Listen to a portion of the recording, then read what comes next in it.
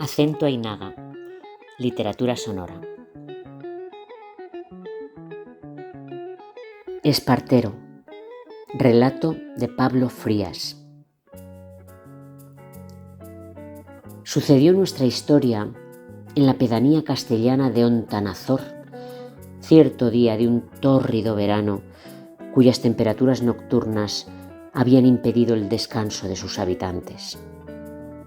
Por ese motivo, cuando en el último de sus desesperados paseos, fruto del insomnio, Eugenio había sorprendido a su hija Irene en pleno acto sexual, su arrebato de cólera devino en un furioso puntapié al gato, que había acudido no tanto al olor de las sardinas, cuanto a los gritos cruzados de sus amos. Eugenio era de común hombre mesurado, pero pagó con el felino la falta de sueño y las ganas de cortar pelotas que aquella escena en la sagrada habitación de sus padres le estaba provocando. Echó de la casa al fornicador y se sentó a elaborar la filípica de su hija mientras ésta se refugiaba en su cuarto. Eugenio deslizó la mascarilla por debajo de sus labios para permitirse unos suspiros profundos que oxigenaran su sobrepasado cerebro. Las malditas mascarillas. El pueblo se había levantado sin fiestas y él, como alcalde, se sentía culpable. En 50 años de mandato, ni una sola Virgen de Agosto se había quedado sin procesión. Pero este año no habría nada de eso, solo el sofocante calor. Y Mateo, concejal de festejos y líder de la oposición, le había tocado los huevos con ese baldón, aun sabiendo que la orden partía del gobierno regional. Encontrárselo ahora entre las piernas de su hija le había supuesto tal disgusto que notaba su maltrecho corazón cabalgar angustiado en el tórax. Sin embargo, aunque estaba orgulloso de su reacción, no en vano lo había expulsado medio desnudo, sin permitirle unas explicaciones que en sus labios viperinos habrían sonado a humillación, echaba en falta un desagravio sedativo. Así que, al reaparecer por fin Irene, ya pasado el mediodía, apenas vestida con una camiseta de tirantes y una falda minúscula, Eugenio vociferó.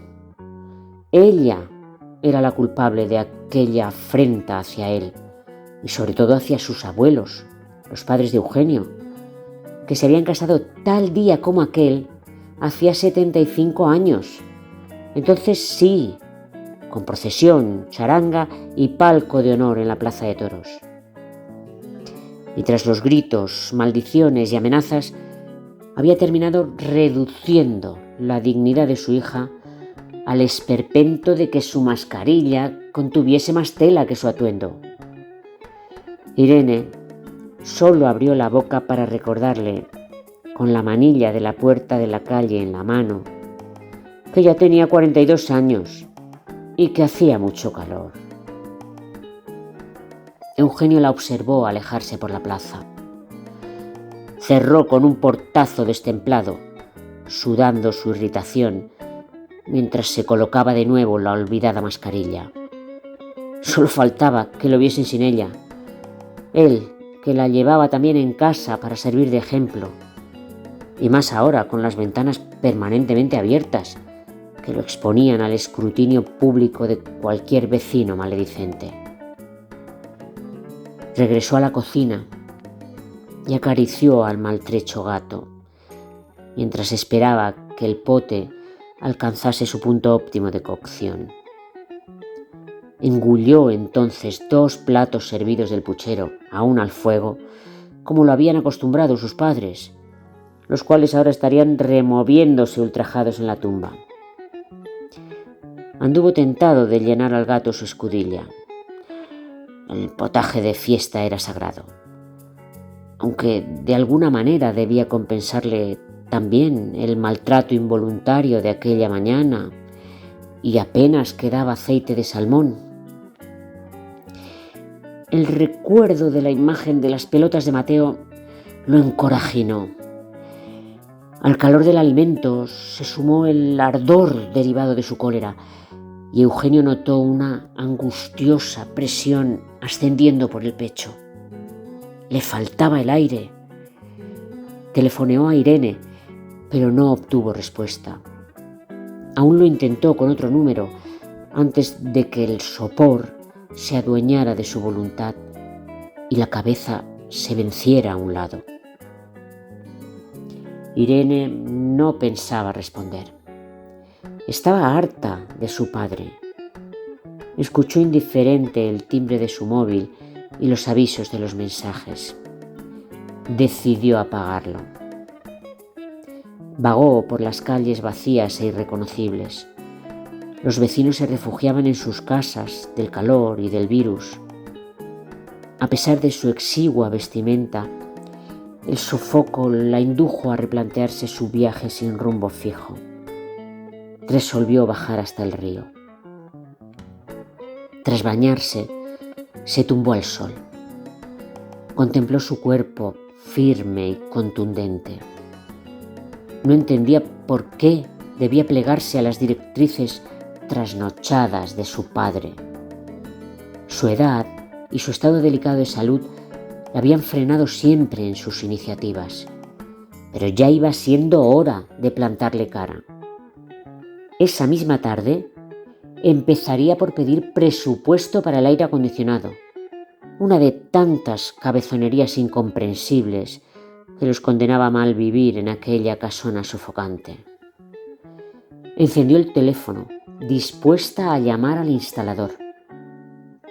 El sol desaparecía tras los álamos y, al iluminarse el reloj en la pantalla del terminal, se sorprendió de lo tarde que era. Demasiado tarde, desde luego, para gestiones comerciales.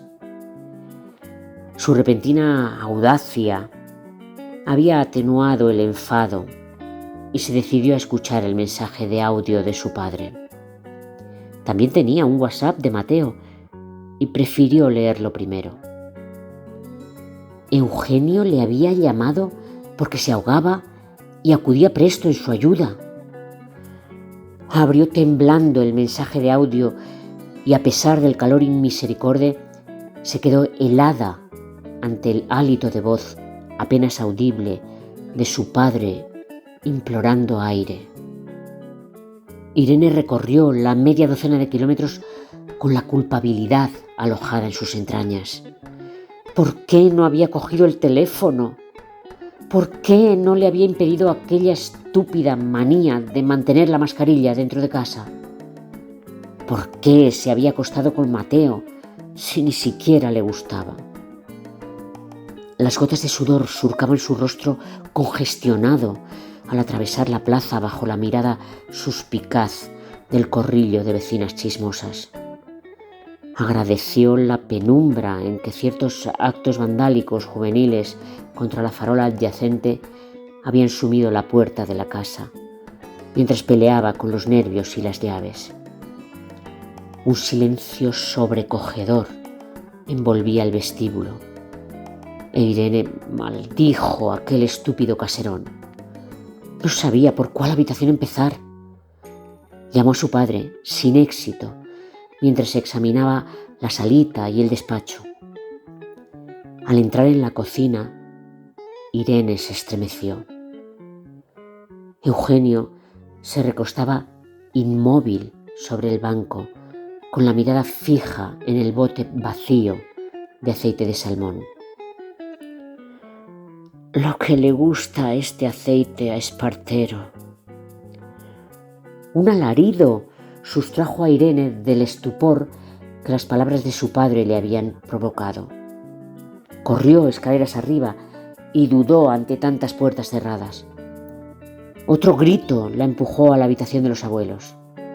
Allí, su irrupción provocó la huida del gato, con un trozo de carne entre los dientes, y solo la curiosidad por la trayectoria de Espartero retrasó su propio grito aterrado al contemplar a Mateo, espatarrado, con cada extremidad sujeta a una esquina de la cama, mientras una mancha de sangre se extendía por sus aceitosos testículos.